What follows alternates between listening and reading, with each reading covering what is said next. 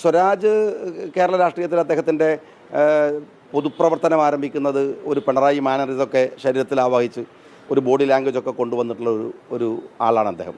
ആ സമയത്താണ് അദ്ദേഹം പിണറായി ഭക്തി മൂത്തിട്ട് വി എസ് അച്യുതാനന്ദനെ പിന്നെ ചീത്ത വിളിക്കുന്നതൊക്കെ പിതൃശൂന്യൻ എന്നൊക്കെ വിളിക്കുന്നുണ്ട്.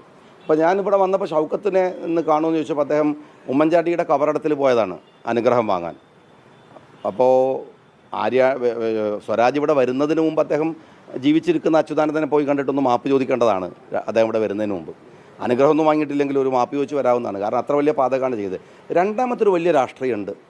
അതെന്താണെന്ന് വെച്ചാൽ ഈ യുദ്ധത്തെക്കുറിച്ചുള്ള ഒരുപക്ഷെ ഇന്ത്യയിലെ സമീപകാലത്തെ ഏറ്റവും വലിയ രാഷ്ട്രീയ വിഷയം അതാണല്ലോ. സ്വരാജിൻ്റെ ഒരു പോസ്റ്റ് വലിയ ചർച്ചയായിരുന്നു. അത് വലിയ രാഷ്ട്രീയ ചർച്ചകൾ ഉണ്ടായതിനു ശേഷം കുറച്ച് ദിവസം കഴിഞ്ഞ് സ്വരാജ് വീണ്ടും ഒരു പോസ്റ്റ് എഴുതി. കാരണം മറുപടി പറയൽ അനിവാര്യമായ വിധത്തിലുള്ള ഒരു രാഷ്ട്രീയമായിരുന്നു അത്. എന്തിനായിരുന്നു യുദ്ധം എന്നത് പാകിസ്ഥാനെ ഉണ്ടാക്കിയതാണ് എന്ന് ലോകത്തിന് മുഴുവൻ ബോധ്യപ്പെടുത്താൻ ഞങ്ങളുടെ നേതാവ് ഇ.ടി. മുഹമ്മദ് ബഷീർ സാഹിബ് അടക്കം ഇന്ന് ലോകരാജ്യങ്ങളിൽ കറങ്ങിക്കൊണ്ടിരിക്കുകയാണ്. ഈ യുദ്ധം അനാവശ്യമായിരുന്നു എന്ന സ്വരാജിൻ്റെ അഭിപ്രായം അദ്ദേഹത്തിന് സ്ഥാനാർത്ഥിയായി മത്സരിക്കുമ്പോൾ ഇപ്പോഴും ഉണ്ടോ എന്നാണ് ഞാൻ ചോദിക്കുന്നത്.